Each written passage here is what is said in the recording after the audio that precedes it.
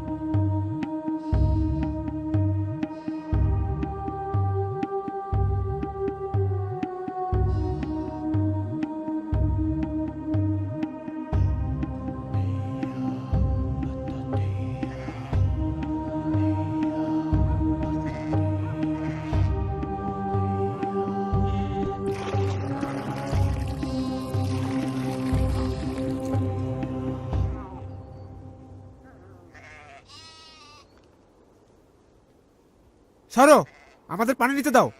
চলে এসো সাফুরা, আমরা বরং পরেই পানি নেই। তুমি কেন সবসময় আমাদের ব্যাপারে নাক গলাও? চলে যাও।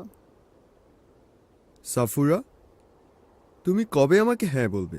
আমি কখনো বলবো না, আমি কখনো তোমাকে হ্যাঁ বলবো না। সাফুরা, এই দুনিয়ায় আমি একমাত্র সেই ব্যক্তি যে তোমাকে সুখী করতে পারি। তুমি আমাকে সুখী করবে? আমার সামনে থেকে সরে যাও। ছেড়ে দাও, তুমি সরে যাও। আমি কিছু করিনি, মজা করছিলাম। সেও জানে আমি মজা করছিলাম। চলে যাও।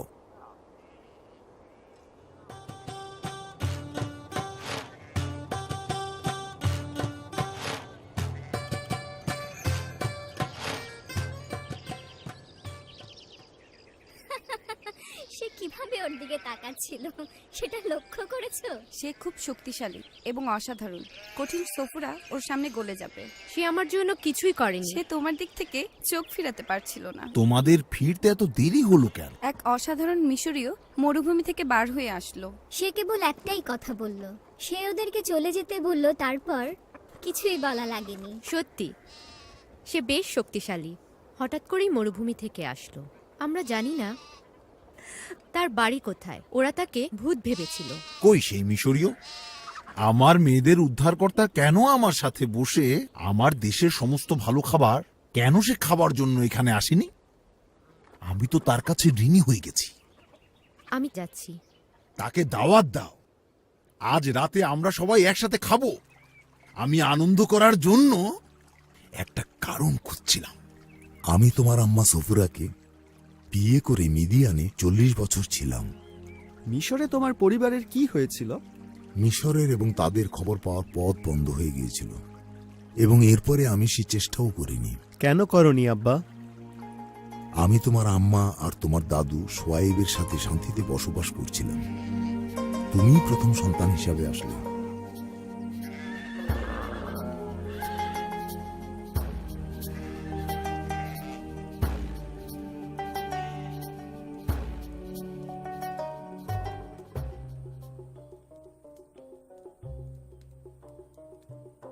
আসসালামু আলাইকুম আব্বা শ্বশুর। ওয়ালাইকুম আসসালাম। আসো আসো, বসো। বড় ছেলের খতনা করাতে চাই এবং ওর নাম রাখতে চাই গেরশম। আমি পরদেশীয়, কিন্তু আপনারা আমাকে গ্রহণ করেছিলেন। এসব বলো না। তুমি এখন এই পরিবারের একজন। বাচ্চার খতনা করিও না। কিন্তু আব্বা, মাবুদের সাথে এটা আমাদের একটা চুক্তি। মুসা, তুমি বলেছিলে যে তুমি আর মিশরে ফিরে যাবে না। তুমি এখন আমাদের মাবুদের সাথে কিসের চুক্তি? মাবুদ আমাদের পূর্বপুরুষদের সাথে এই চুক্তি করেছিলেন, সব ছেলেকেই খতনা করাতে হবে, এবং অবশ্যই আমার ছেলেকেও। সফুরা তার ছেলেকে খতনা করাতে চায় না। ও তোমাকে খুব ভালোবাসে মুসা। আমি নিজের চাইতেও তাকে বেশি ভালোবাসি, কিন্তু মাবুদের আদেশ মতোই আমার ছেলের খতনা করাতে হবে। তোমার মাবুদ কি বোঝেন না যে এতে পরিবারে একটা বিভেদ সৃষ্টি হবে? জানি না, আমি এখনো তাকে এ ব্যাপারে কিছুই জিজ্ঞেস করিনি। কেন করো? জেনে নাও, জিজ্ঞেস করো।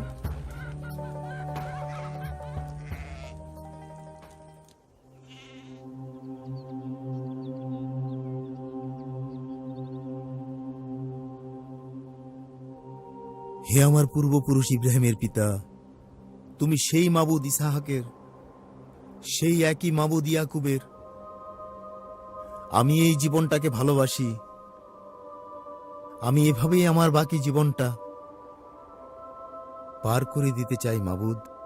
আমার স্ত্রী সফুরাকে ভালোবাসি, গোরসমকে ভালোবাসি।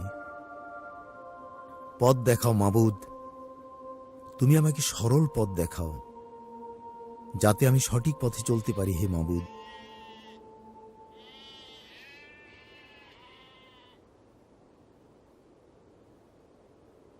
আসসালামু আলাইকুম প্রিয়তম স্বামী আমার।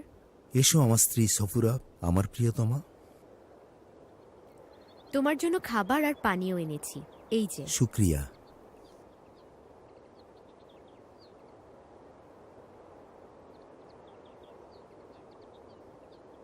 আলহামদুলিল্লাহ।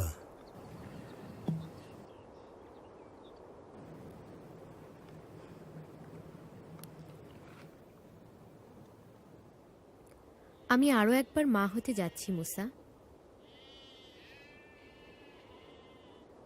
আলহামদুলিল্লাহ, সবই তার রহমত। তিনি আমাদের শান্তিময় জীবন দিয়েছেন। এবারও যদি একটা ছেলে হয় তাহলে তাকে খতনা করার অনুমতি দিব। তুমি কেন এই কথা বলছো প্রিয়তমা আমার? তোমার এই আল্লাহকে আমি ভয় পাই। আমি তাকে রাগাতে চাই না। হয়তো তিনি ভাববেন আমি তাকে সম্মান করছি না, কারণ প্রথম ছেলে গোরসমকে খতনা করাতে আমি নিষেধ করেছিলাম। তুমি মিশরের যে জায়গাটায় থাকতে, আমরা গিয়ে সেটা দেখতে চাই। আমি আর মিশরে ফিরে যেতে চাই না। তোমার কি মনে হয় গোশন এখনো ওখানে আছে? হ্যাঁ, গোশন ওখানেই আছে। আমি দুই জাতির মধ্যে টানাপোড়েনে আটকে ছিলাম। দুটো ভিন্ন পৃথিবীর সীমারেখাতে ছিল আমার বসবাস। দুই রকম পরিচয়ের মাঝে আমার নিজের কোনো পরিচয়ই ছিল না। দুই ভাইয়ের ঝগড়ার মতো তোমার মধ্যেও হচ্ছিল? হ্যাঁ, অনেকটা দুই ভাইয়ের ঝগড়ার মতোই। কিন্তু তারা কখনোই নিজেদের মধ্যে মিটমাট করতে চায়নি।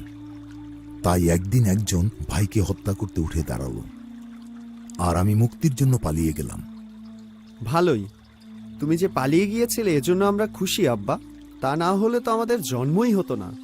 ব্যাপারটা কি আশ্চর্যের না? দেখো, অনেক ভয়ঙ্কর বিষয় থেকেই অনেক ভালো ভালো বিষয় বের হয়ে আসে।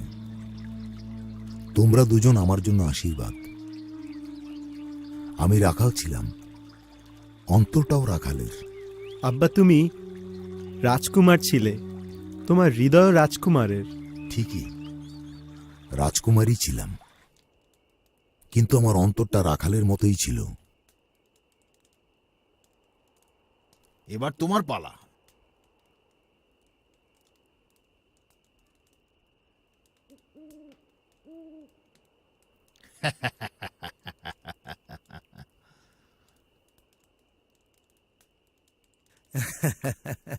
তুমি সব সময় আমাকে হারিয়ে দাও। তোমাদের জন্য সব গুছিয়ে দিয়েছি, এই যে এখানে। তুমি কি কোথাও যেতে চাচ্ছ? কাল ভোরবেলা আমি ছেলেদের নিয়ে পশুপাল সহ কঠিন পথ ধরে মরুভূমির চরম অংশে যাব। তোমার কি ফিরতে অনেক দিন লাগবে? জানি না সফুরা। ইয়া আল্লাহ, আমি জানি এটা অনেক দূরের পথ। নিজের খেয়াল রেখো আর শান্তিতে ফিরে এসো। নিশ্চয়ই শ্বশুর আব্বা, তাই হবে।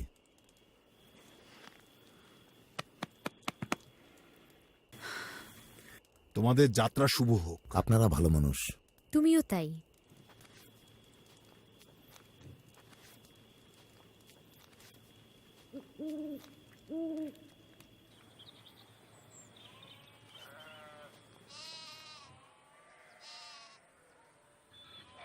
বিদায় আমার প্রিয়তমা।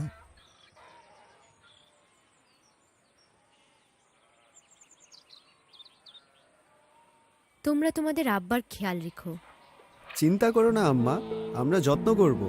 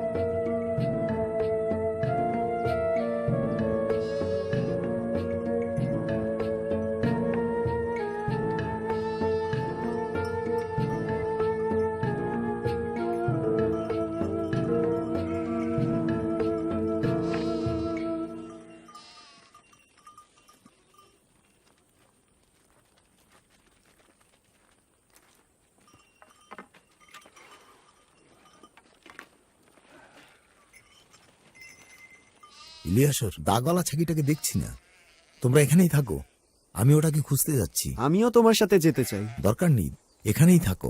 দেরি করো না আব্বা। এখান থেকে কোথাও যেও না।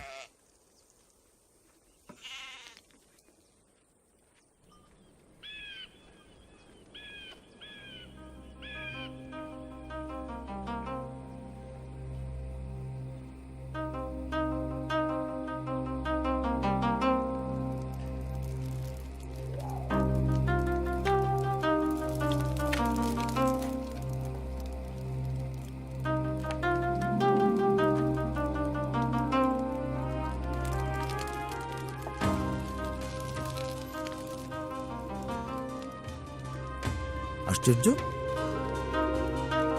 ঝোপটা পুড়ে যাচ্ছে না কেন?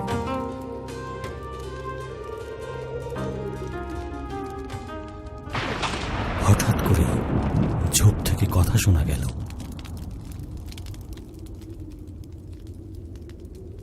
মুসা, মুসা। কে বলছে? মুসা, তুমি আর সামনে এসো না। তোমার জুতা খুলে ফেলো, কারণ তুমি যেখানে দাঁড়িয়ে আছো সেটা পবিত্র জায়গা। মুসা, আমি তোমার পূর্বপুরুষ ইব্রাহিম, ইসাক আর ইয়াকুবের আল্লাহ।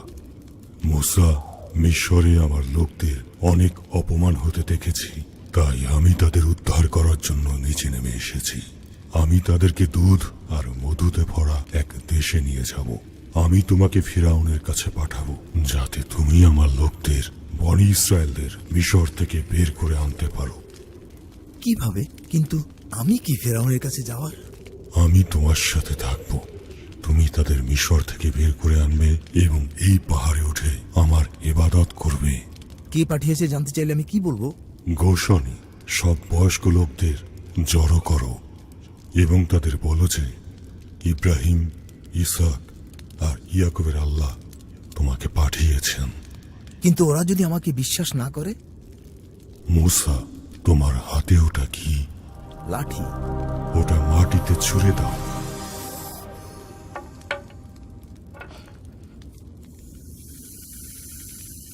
ওটার শেষ প্রান্তটা ধরো।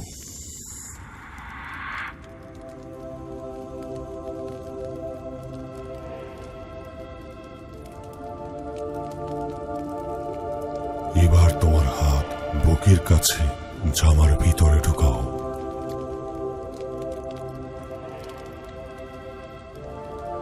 বের করো।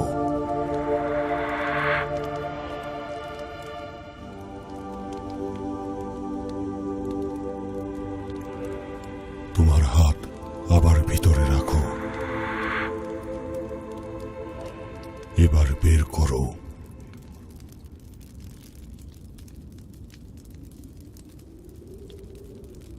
মানুষের মুখ কে সৃষ্টি করেছে? মানুষকে বোবা, কালা, দৃষ্টিহীন অথবা দেখার ক্ষমতা কে দিয়েছে? সেই ক্ষমতা কি শুধুই আমার, অর্থাৎ এই আল্লাহর নয়? এবার যাও, তোমার মুখের কথা এবং কি বলতে হবে তা আমি শিখিয়ে দেব। মাবুদ, আমি একজন বক্তা নই। কথা বলতে গেলে আমি সমস্যায় পড়ি।